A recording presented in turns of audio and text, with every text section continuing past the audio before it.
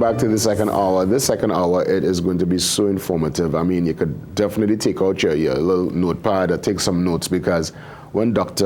Visham Bhimull makes his way to the set, I'm always extremely happy because it's a learning curve. And when we talk about language and our, well, mother tongue, I even say mother with TH, mother tongue. You understand? Because we talking it or we know exactly.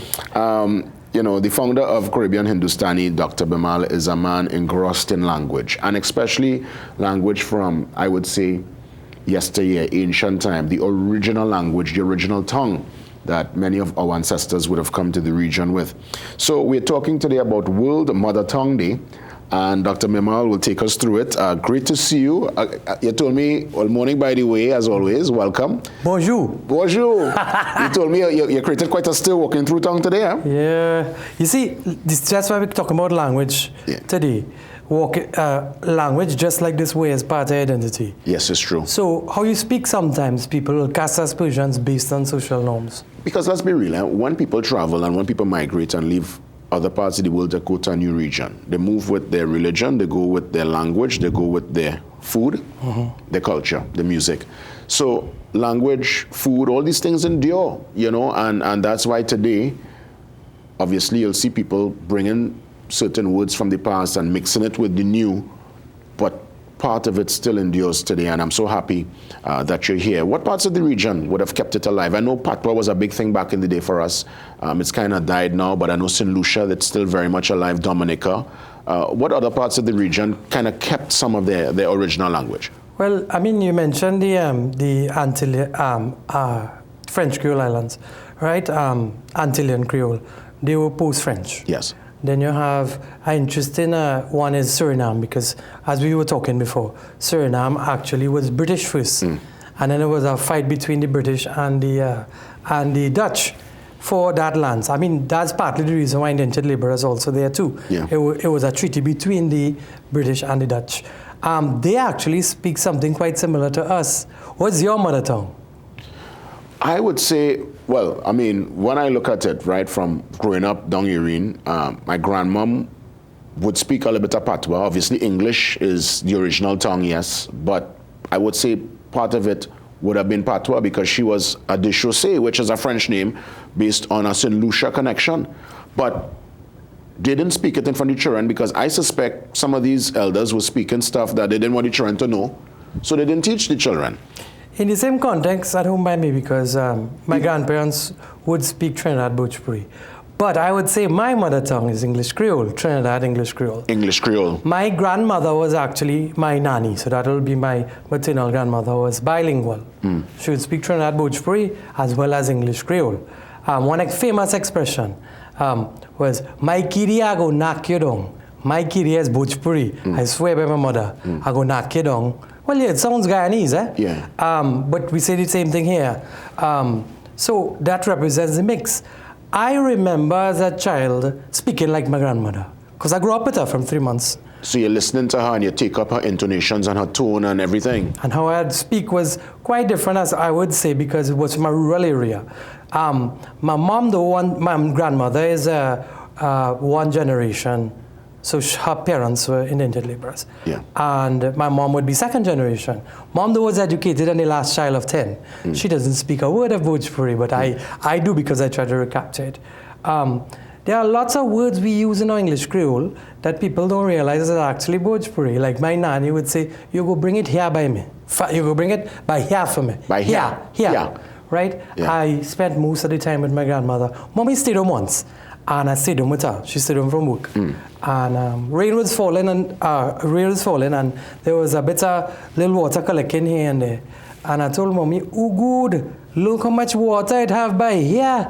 And she hit the table and said, "It's here, not here." Yeah. But the whole idea is that when I discovered the language, Bhojpuri of my grandmother, the word here is here, and the word hua is there. And I'm so happy that you're keeping it alive, because I'm sure the education system, and during that colonial time, it was almost something that would have been frowned upon, something that would have been looked at as low level. Where you're from the bush, you're from country, how you're talking broken English. So, you know, we were almost sent in the direction of the standard English, which I guess, you know, it is a language of business. We could communicate anywhere in the world with that kind of style. Right. But there must also be a home tongue, a mother tongue, as you say. Right. And as the way we speak with our family and friends. Look how Jamaicans keep their patois alive. When Jamaicans talk, they know what they're saying, and people from the outside might not understand. And because it was a struggle again, let's look at the Americans. Before the Americans got independence from the British, they spoke American English. However, American English was seen to be blah blah, basically unintelligible language. By the way, the word barbaric comes from ba ba ba, which is babble. Babble. So they actually would say barbaric is a term for those who babble and speak unintelligible language, which is what you just mentioned. However, after the Americans got their independence, they had the political will and economy to now establish that as a standard. So much so that not even the British could look it down. Just the Queen often memes would say British English and scoff at American English. That's what I would imagine the reason why certain words, even though it's the same word, there's an English spelling and an American spelling. Right, and in medical school I was it was brought to our attention that, guys, in A-levels, I come from a different tradition. I wrote GC, not Cape. In A-levels, you wrote your essays in British English. British English. However, at the university, there are two styles, and it depends on which book you read.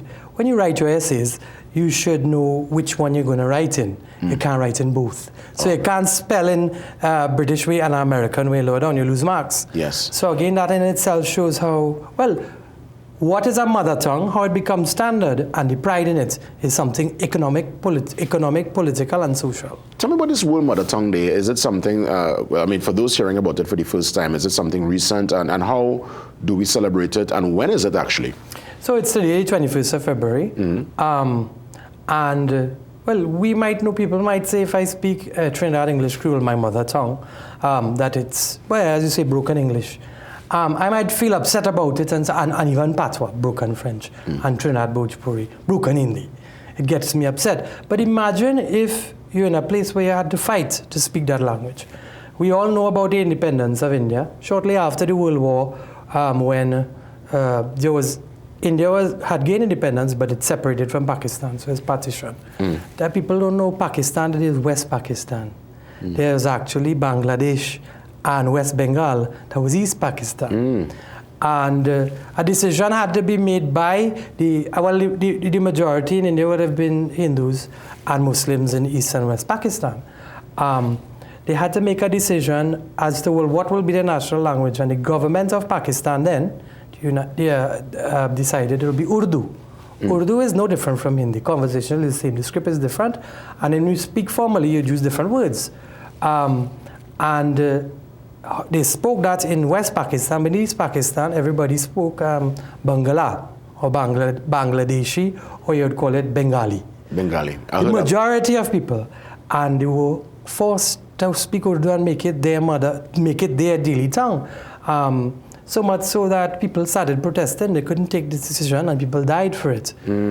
This would have been in 1952. And then only in 1954 did it be that the Bengali language was recognized as the mother tongue and official language of now Bangladesh and, well, West Bengal, still part of India.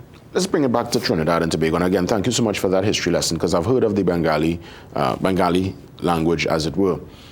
Why should Trinbagonians feel proud? I mean, again, we've gone through different times of our history, different times in terms of the influence. And I know that colonial timing was a very, looking back now, obviously, you know, we were given this particular structure, and there are people who up to this day hold on to it, and it's almost, they are far removed from what is your original tongue. Right. Why should the average Trinbagonian looking on this morning feel proud to keep that Trinbagonian English Creole alive?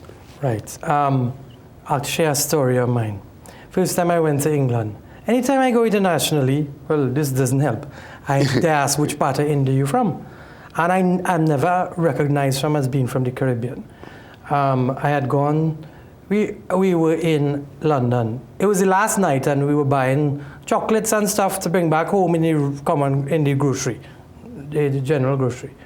And the cashier, when we were catching, stopped and like, "You from Trinidad?" And I stopped and I was like so proud.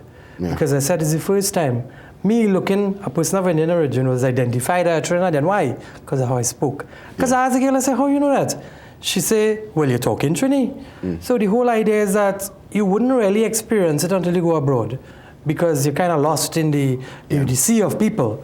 But for a Trini to identify a Trini based on how he speaks is a big deal. No, but our accent is very distinct. You hear it, there's a particular rhythm, there's a particular cadence.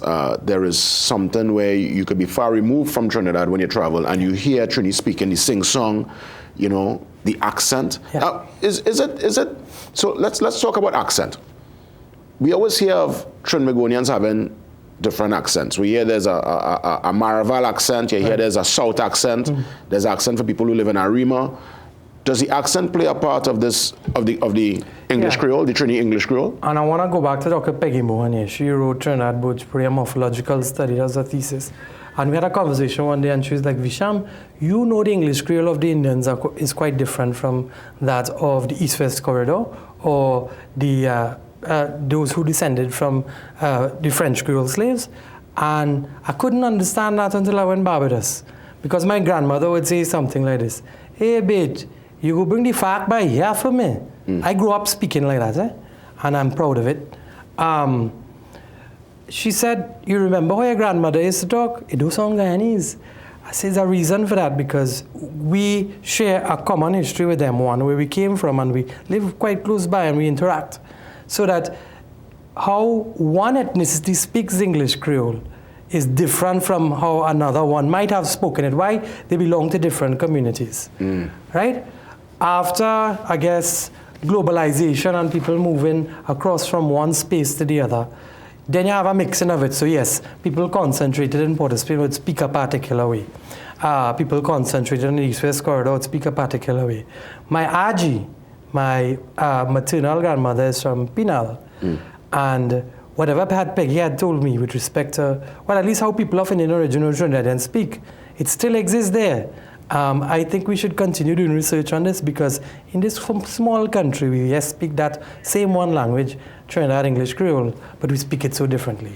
For those who want more information, just want to continue this discourse with you, or even just find research, find information on this very interesting topic, where can they go? So Caribbean Hindustani, which focuses again on languages specifically of the Caribbean, specifically the Hindustani variety, which came in indentured laborers. I just want to say that there will be a Bhojpuri Mahotsav in Mauritius. Hopefully I'll be there in April. I've finally finished the Trinidad Bhojpuri grammar, just like Trinidad Patois. So hopefully we'll have publications in that heritage language of the descendants of Indian indentured laborers. Dr. Bhimull, always a pleasure, a real national treasure, you know. I mean, you're keeping it alive and just letting us feel proud in terms of our language and how we speak. I mean, if you notice, if I do the show, I always cross between that standard, and I'll also put my little Trinidad Creole inside that to give it the spice, because that's me. It's the balance that makes us so interesting and gives us the spice and makes us loved by so many. Thank you so much, and happy World Mother Tongue Day to you. Same to you and same to our nation. Always a pleasure. Yeah. Dr. Bhimull touching base with us. Up next, we get some details concerning, well, I will tell you, the Industrial Mechanical Apprenticeship Program under the National Service, well, under the Ministry of Youth, and of course, Youth Development, National Service. Full details, and we welcome the National Service Coordinator to give us more information. Stand by. It's the IMAP Apprenticeship Program.